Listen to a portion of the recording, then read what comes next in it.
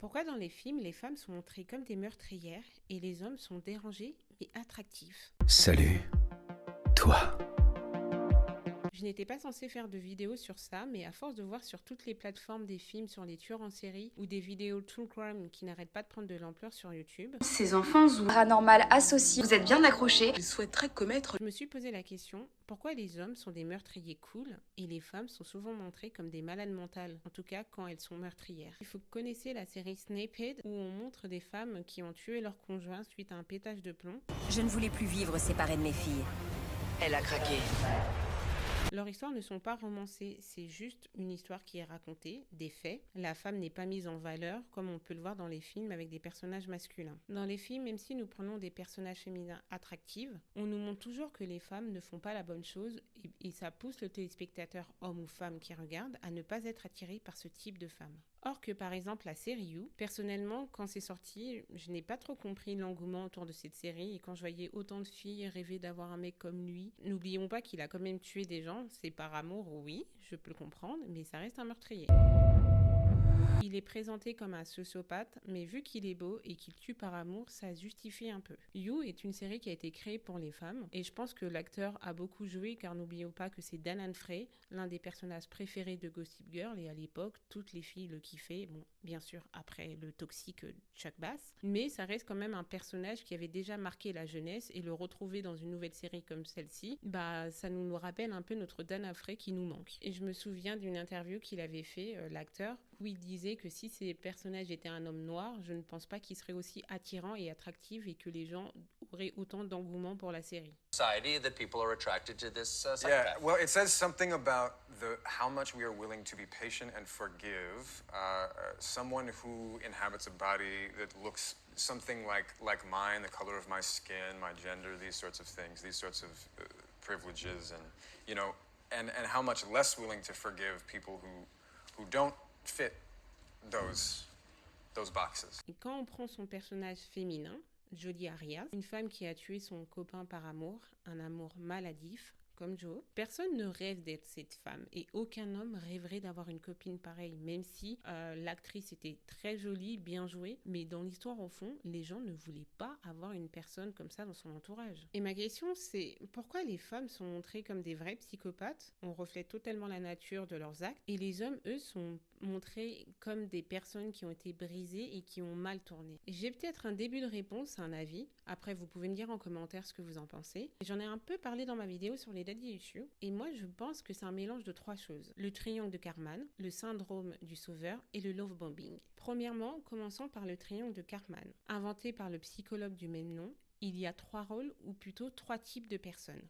La victime, le bourreau et le sauveur. Chacun est satisfait de son rôle et en retire un intérêt personnel. Cela fait que la victime ne sortira pas volontairement de son rôle de victime, le sauveur ne cherchera pas vraiment à aider la victime et le bourreau ne recherchera pas non plus à enfoncer la victime. Et ces trois rôles, c'est souvent utilisé dans le cinéma. Par exemple, dans Blanche-Neige, il y a Blanche-Neige qui est la victime, la méchante belle-mère qui est le bourreau et le prince charmant qui est le sauveur. Un jour, mon prince viendra. Et on a la même chose dans des séries d'aujourd'hui, par exemple dans You. Pour vous donner un exemple concret, voici une histoire qui vous est peut-être déjà arrivée. Vous êtes amie avec Emily, mais Emily a un problème avec son copain, Romain, qui ne cesse de lui mentir, de la tromper, bref, il ne la traite pas du tout bien. Vous lui donnez de nombreux conseils, mais Emily est toujours avec lui et cela dure déjà depuis 3 ans. Et rien n'a changé. Emily, bien sûr, est la victime, Romain le bourreau, et vous le sauveur. Vous allez lui dire de quitter son partenaire, mais la victime vous écoutera toujours, bien sûr, mais n'agira pas. Car certaines victimes peuvent parfois juste vouloir de l'attention.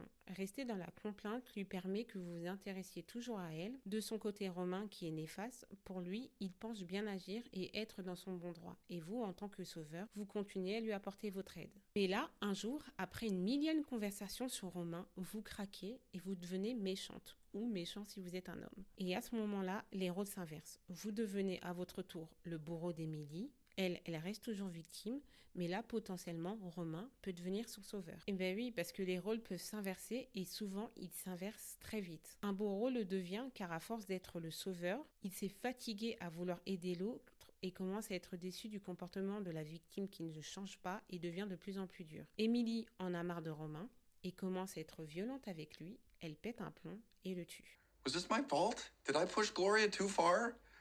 Had she snapped? Comme le sauveur devient bourreau, de la même manière, la victime peut aussi devenir le bourreau après des années de victimisation. Donc ça, c'était pour le triangle de Karpman, et je pense qu'on a tous déjà été dans l'un de ces rôles, ou peut-être qu'on est encore dans un des rôles. Parlons du syndrome du sauveur simple. Il peut être confondu avec quelqu'un qui est altruiste, parce qu'au premier abord, le sauveur, c'est quelqu'un de bienveillant, mais très vite, il se montre déçu, malheureux et critique. Son estime de lui-même dépend de la reconnaissance des autres. Le sauveur peut aller jusqu'à employer la manipulation et à rabaisser son partenaire, le sauvé, notamment lorsqu'il présente des traits pervers qui le poussent inconsciemment à soumettre l'autre en l'aidant. En amour, c'est différent. C'est celle ou celui qui s'entête à guérir l'autre de ses addictions ou de son incapacité à s'engager, persuadé que c'est elle ou lui qui lui fera changer d'avis.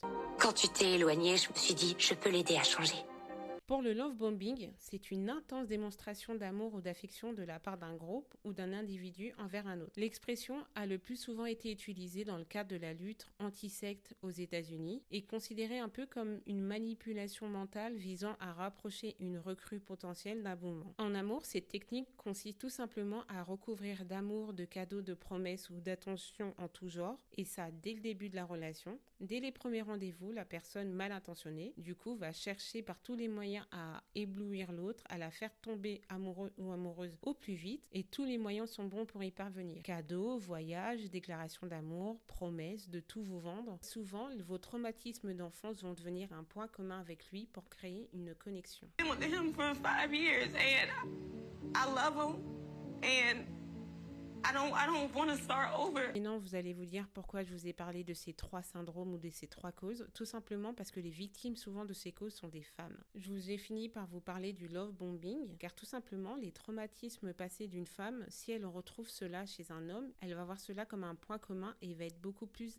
attendrie et compatissante envers lui. Pour cela, il y a une société qui l'a bien compris, c'est tout simplement Hollywood. Le cinéma doit vendre, la télé doit vendre, et pour mieux vendre, ils ajoutent un côté amour, compassion. Dans une de mes vidéos, je vous ai déjà parlé des archétypes qu'Hollywood a inventés dans le cinéma. Donc là, si on parle des tueurs masculins dans le cinéma, en ce moment, on a l'exemple parfait. C'est le film Dahmer. Cet homme est un cannibale meurtrier, mais dans la série, ils vous ont montré son enfance difficile et cela va créer chez vous, chez nous, on va dire, de la compassion, car l'être humain cherche toujours à trouver la cause d'un problème pour l'expliquer. Ensuite, une fois la compassion installée, vous allez donc essayer de trouver forcément une solution au problème, la fameuse phrase « s'il a fait ça, c'est parce que, donc, on devrait faire ça ou ça » pour l'aider. Sauf qu'avoir de la compassion, c'est bien, mais trouver des excuses pour dédramatiser la situation, ce n'est pas normal. Dans les films avec des personnages masculins, on dédramatise souvent leurs méfaits, tout simplement car, encore une fois, la plupart des victimes, ce sont des femmes. Et comme c'est elles qui regardent ces films, ils ajoutent un aspect amoureux et avec un personnage en plus attractif qui vous font complètement oublier le but de la série. C'est rarement vu pour les personnages psychopathes féminins, même si elles sont jouées par des actrices qui sont plutôt attirantes, on n'a aucune compassion, aucune dédramatisation de ce qu'elles font, de leurs actes, même si on a pu le voir dans le film Anna Devray, que dans les retours qu'on a eus, les gens étaient plutôt contents et satisfaits. Mais encore une fois, ce n'est pas une psychopathe et encore moins une meurtrière. Aujourd'hui, les films sur les personnages de tueurs en série devraient avoir 2 points de vue à mes yeux, celui du meurtrier et celui des victimes.